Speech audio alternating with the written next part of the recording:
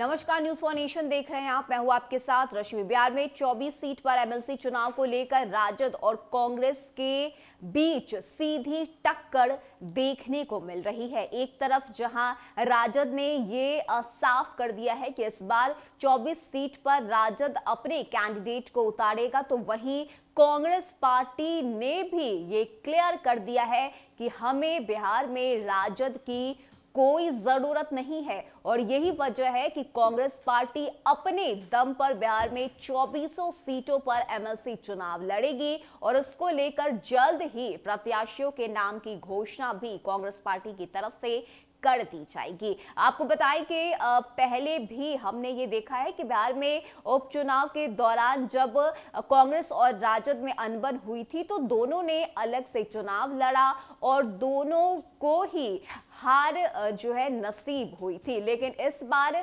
24 seat पर MLC चुनाव को लेकर राजद पूरी तरह से तैयारी कर चुका है और यही वजह है कि जीत के दावे भी राजद की तरफ से किए जा रहे हैं। तो वहीं कांग्रेस पार्टी ने भी ये साफ कर दिया है कि हमें किसी की सहायता की जरूरत नहीं है, हम अपने दम पर एमएलसी चुनाव लड़ सकते हैं और जीत भी हासिल कर सकते हैं। ऐसे में विधान परिषद के चुनाव को लेकर क्या कुछ प्लानिंग है कांग्रेस पार्टी की, किस तरह से प्रत्याशियों के नाम की घोषणा को लेकर कांग्रेस के भीतर खाने तैयारियां चल रही है, इसकी पूरी जानकारी आपको देते हैं। आपको बताएं कि नेता प्रतिपक्ष तेजस्वी यादव के बयान के बाद अब कांग्रेस ने भी स्थानीय निकाय कोटे से होने वाले सभी 24 सीटों पर चुनाव लड़ने की तैयारी शुरू कर दी है। पार्टी ने वैसे उम्मीदवारों को वापस बुलाना शुरू कर दिया है जहां वह सहयोगी दलों के लिए मदद करना चाहती थी। अकेले चुनाव लड़ने के लिए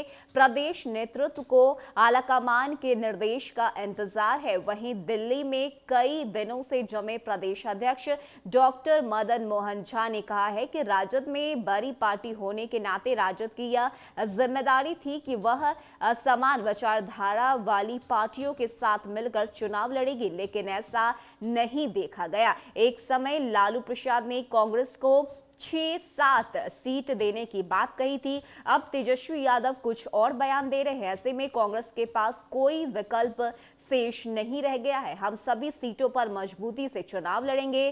पहले 6 से 7 सीटों पर उम्मीदवारों को हरी झंडी दी गई थी, अब सभी सीटों पर पार्टी उम्मीदवारों की तलाश की जा रही है। आलाकमान को पूरे घटनाक्रम की सूचना दे दी गई है। वहीं कांग्रेस विधायक दल के नेता अजीत शर्मा ने भी कहा है कि महागठबंधन खत्म नहीं हो सकता, यह गठबंधन भाजपा के खिलाफ बना था। अकेले लड़ने का मतलब यह नहीं कि महागठबंधन समाप्त हो गया। कांग्रेस का जनाधार मजबूत है और आगे भी होगा। यानी कि जहां एक तरफ महागठबंधन को लेकर ये बयान कांग्रेस पार्टी की तरफ से जारी किया गया है कि भले ही हम अलग से अकेले चुनाव लड़ रहे हो, लेकिन इसका मतलब ये नहीं कि बिहार में महागठबंधन खत्म हो गया है, टूट गया है। हमने ये महागठबंधन भाजपा के खिलाफ बनाई थी और ये महागठबंधन आगे भी जारी रहेगा। लेकिन इस वक्त कुछ ऐसी चीजें हैं, कुछ ऐसी बातें हैं जिसको लेकर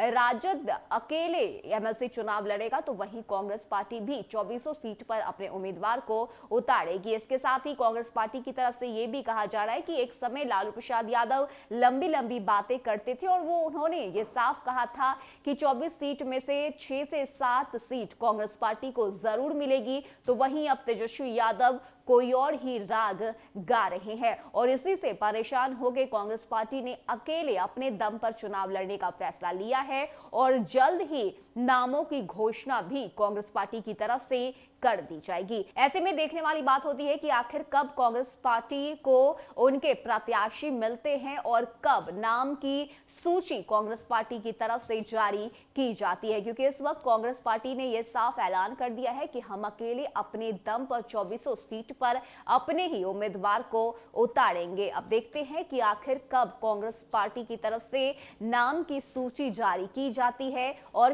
क्या कुछ इस उपचुनाव को लेकर कहा जाता है। फिलहाल के लिए इतना ही। ज्यादा अपडेट के लिए आप बने रहिए न्यूज फॉर नेशन के साथ। नमस्कार।